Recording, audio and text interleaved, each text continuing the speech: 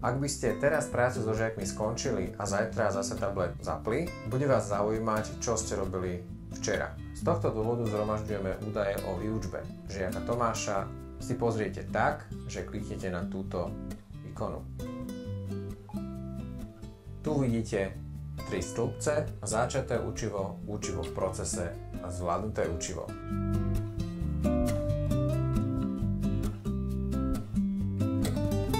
Keďže žiak Tomáš má zapnuté bezchybné učenie, tieto dva stĺpce sa začnú naplňať až vtedy, keď sa bezchybné učenie samo automaticky vypne. Pozrieme sa na Sandru. Toto je jej začaté učivo, toto je učivo v procese a pokiaľ Sandra v ďalších lekciách tieto objekty aspoň 3-krát po sebe identifikuje správne, dostane sa napríklad slovo obdĺžnik zo stĺpca pre učivo v procese do stĺpca pre zvládnuté učivo. Pozrieme sa na žiaka Šimona. Takisto niektoré slova sú začaté, niektoré sú v procese. Medzi učivo v procese sa dostanú také slova, na ktoré žiak odpovedal správne aspoň 1-krát. Toto je štatistika učenia pre žiaka Bina, ktorý je bez postihnutia.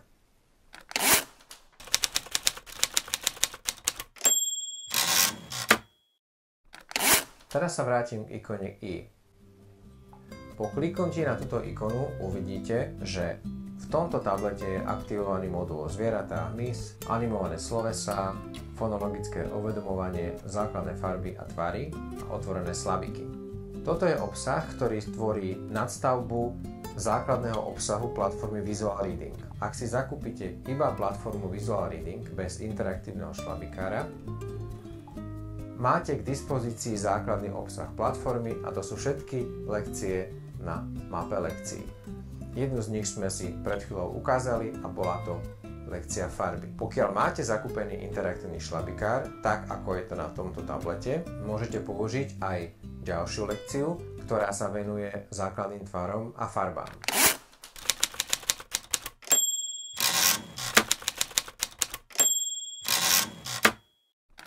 Zo stredu mapy kliknite na vetvu Ostatné, potom na obrázkovú časť. Teraz zapnite filter objektov a potom ikonu Zoradenie podľa modulov. V pravej časti obrazovky máte možnosť prstom posúvať sa medzi jednotlivými modulmi. Momentálne sú tu moduly fonologické uvedomovanie a základné farby a tvary.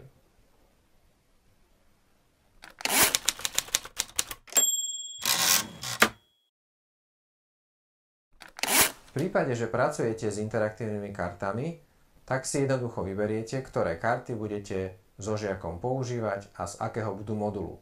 Avšak tu sme v digitálnom prostredí a musíme urobiť to isté, ale digitálnym spôsobom. Položte prst na riadok a počkajte, kým zmení farbu na modrú. Potom označte ďalšie objekty, ktoré chcete, aby v lekcii boli prítomné. Povedzme, že označíme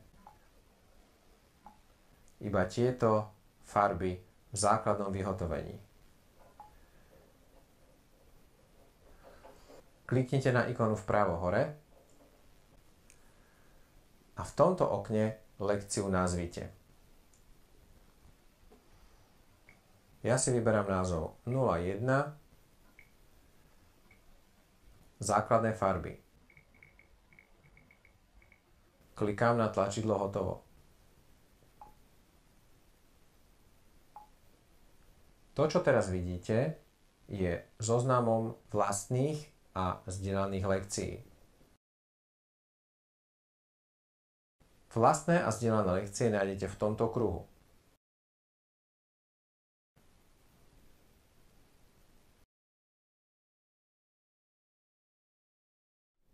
Vlastnú lekciu, ktorú som práve vytvoril, mám dostupnú pre všetkých žiakov, takže aj pre žiaka Bina, bez postihnutia. Klikám na vetvu Ostatné, vlastné a zdieľané lekcie.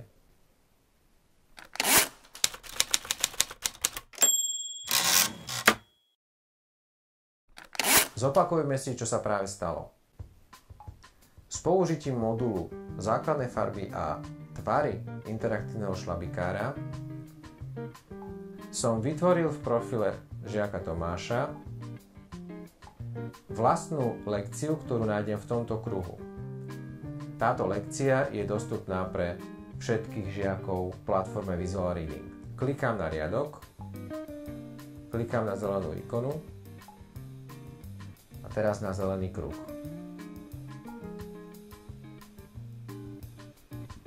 Zelená, oranžová, modrá, fialová, šedá, hnedá, ružová, hnedá, oranžová, oranžová. V tomto momente sa zastavím, aby som poukázal na to, že v profile žiaka Tomáša je aktívne bezchybné učenie. Bezchybné učenie znamená, že okolo správnej odpovedi bliká rámik. Šedá, zelená, zelená. Okrem tohto blikajúceho rámiku si môžete všimnúť, že obrazovka zobrazuje vždy iba 3 objekty. Z toho 2 objekty sú menej viditeľné a tieto odpovede sú nesprávne. Žiak sa veľmi rýchlo naučí, že musí klikať na výraznú odpoveď ohraničenú blikajúcim rámikom. Modrá, fialová, ružová. Lekciu, ktorú ste práve videli, sme uskutočnili v profile žiaka Tomáša, ktorý má zapnuté bezchybné učenie a z toho dôvodu okolo každej správnej odpovedi blikal tyrkysový rámik. Poďme sa pozrieť na tú istú lekciu v profile Sandry.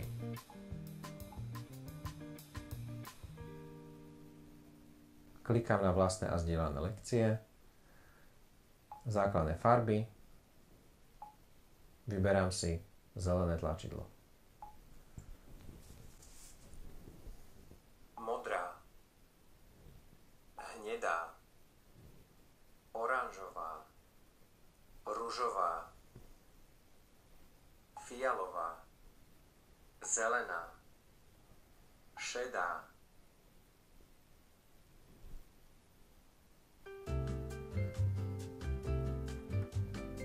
zelená,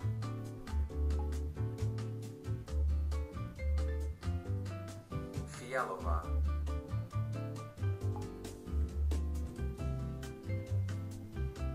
ružová,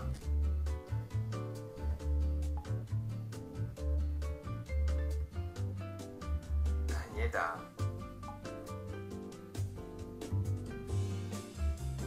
modrá,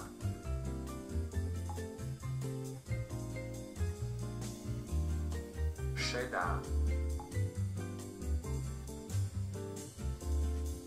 oranžová,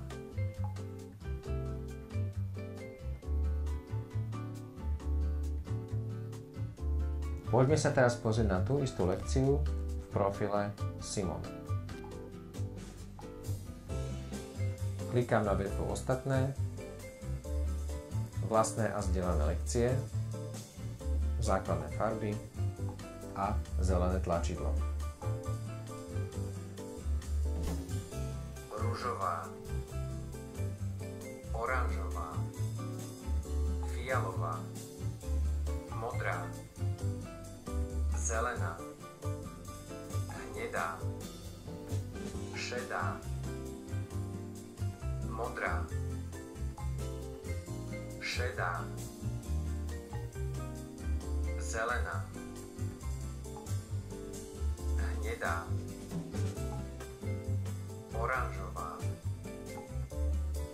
fialová, ružová.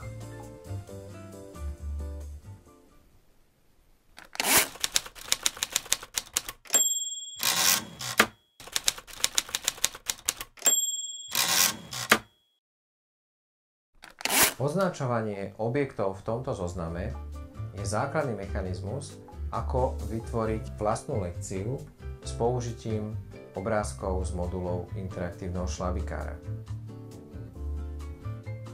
Klikám na ikonu i vpravo hore.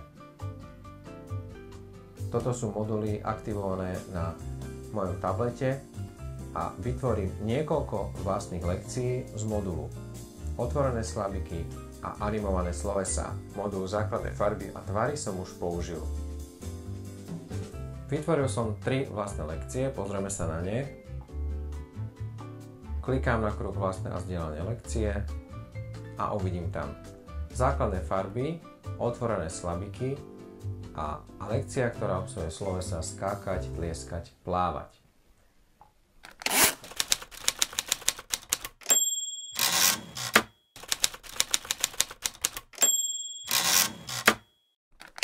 Lekciu otvorené slabiky som vytvoril v tejto časti abecednej. Klikám na filter objektov, položím prst na riadok a vyberám ďalšie slabiky. Potom kliknem na ikonu vpravo hore a nazvem lekciu.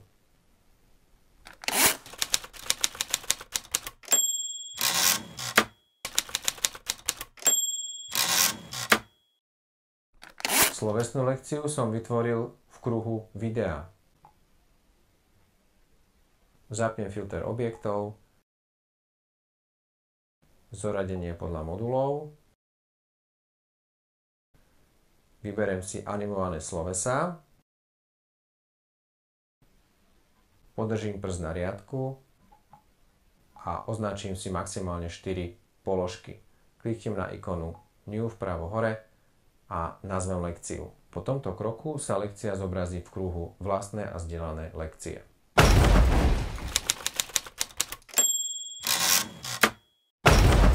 Urobme si krátky sumár. Po kliknutí na profil žiaka sa zobrazí mapa lekcií, kde nájdete 170 lekcií, ktoré sme vopred pripravili. Okrem týchto lekcií môžete použiť lekcie, ktoré si vytvoríte sami. Tak, ako som to pred chvíľou urobil ja, s použitím modulov interaktívneho šlabikára. Tieto lekcie nájdete v kruhu vlastné a zdieľané lekcie.